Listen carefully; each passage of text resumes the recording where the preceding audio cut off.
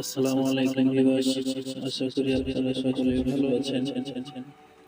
আপনাদের মাঝে আবার একটি পিলারের মাথার কাজ নিয়ে আসলাম। আমরা এই কাজগুলো সাধারণত সিমেন্ট বালু দিয়ে করে থাকি। আপনারা কেউ যদি এই ধরনের কাজগুলো করাতে চান তাহলে আমার স্ক্রিনে দেওয়া নম্বরে যোগাযোগ করুন।